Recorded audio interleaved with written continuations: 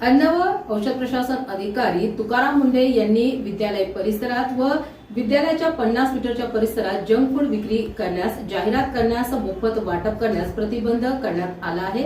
अन्न प्रशासन अधिकाऱ्यांच्या या निर्णयामुळे पालक वर्गात आता आनंदाचे वातावरण निर्माण झाले असून पाल्याबाबतची चिंता आता मिटणार आहे। याबाबत अन्न व औषध प्रशासन अधिकारी तुकाराम मुंडे यांनी माध्यमांद्वारे सविस्तर माहिती दिली। शाळेच्या आवारात आणि शाळेच्या आउटस्कर्ट म्हणजे भिंतीपासून, ज्याला आउटर साइड ज्याला म्हणतो, त्यापासून 50 मीटर पर्यंत, ज्याला HFSS अन्नपदार्थ म्हणतो, त्याची विक्री, जाहिरात, विपणन, मोफत वितरणास प्रतिबंध घातलेला आहे। I repeat, and this is very important issue. शाळेच्या आवारात म्हणजे शाळेच्या प्रिमायसेसमध्ये आणि within 50 metres outskirt of the boundary. आता बाउंड्री कोणती?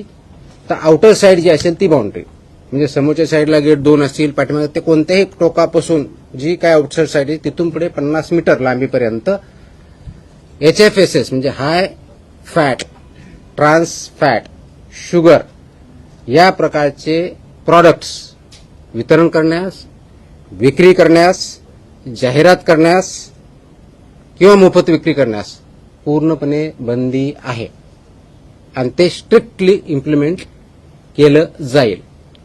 त्याच्यामुळं या बाबतीचं इम्प्लिमेंटेशन तिथली लोकल अथॉरिटी, विशेष करून मुख्याध्यापकाचे, ज्याला शाळा प्रमुख असं म्हणतो, किंवा प्रिन्सिपल असेल तर प्रिन्सिपल, कारण हे आदेश 12वी इयत्ता 12वी पर्यंतच्या शाळाची डेफिनेशन 12वी पर्यंत आहे आणि हे लागू होतं 22 महिन्याच्या मुलाच्या पासून सुरू होतात। 22 महिन्याच्या मुलापर्यंत लागू नाही, तिथून पुढे म्हणजे अंगणवाडीमध्ये जे मुलं येतात तिथून पुढे चालू होतं, ते 12वी पर्यंतच्या मुलं इथपर्यंत हे आदेश लागू आहेत।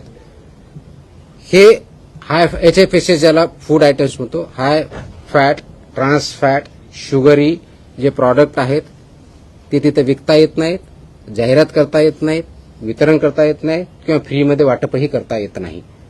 आणि म्हणून त्याचं इम्प्लिमेंटेशन लोकल लेवलला प्रिन्सिपल, त्यांची स्कूल आणि ती स्कूलमधली जी कमिटी असते त्यांनी करायचं आहे।